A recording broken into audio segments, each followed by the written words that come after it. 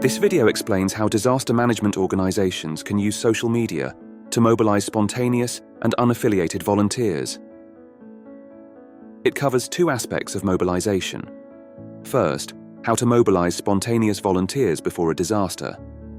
And second, how to mobilize spontaneous volunteers during and after a disaster. Often, spontaneous volunteers are the first arriving at a disaster site. For disaster management organizations, it is difficult to plan who will converge. One way of managing spontaneous volunteers is through digital hubs, as the previous video introduced. However, when using hubs, only a proportion of users converge.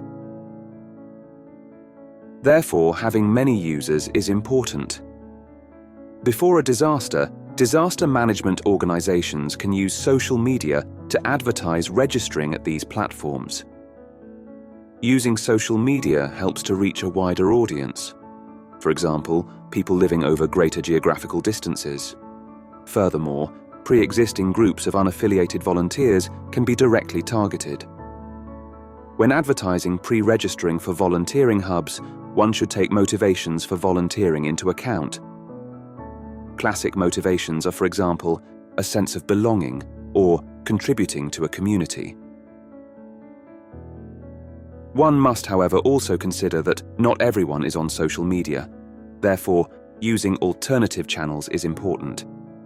For instance, spontaneous volunteers often wish to volunteer again if the volunteering experience was positive. Hence, asking people to register after an initial deployment can help mobilizing. Navigating spontaneous volunteers during a disaster is important as they come untrained. Disaster management organizations must plan how to incorporate them beforehand. While social media can be used to coordinate and communicate, for example, meeting points or tasks, it is important to pair this with an inclusive deployment structure. Most importantly, a liaison officer that bridges the gap between an organization and spontaneous volunteers should organize this. This person should receive special training, as communication and coordination can be difficult.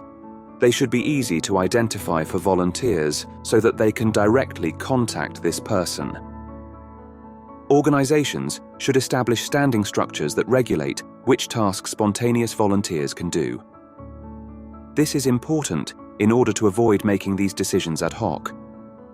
Short modular training sessions making volunteers aware of the hazards and their responsibilities should complement this.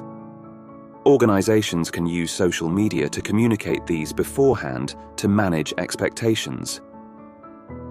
Taken together, spontaneous volunteer mobilization is a complex task that disaster management organizations must plan intensively. Social media can help in doing so, helping to reach wider audiences and allowing for timely communication during disasters. Learn more at the Links Community Center.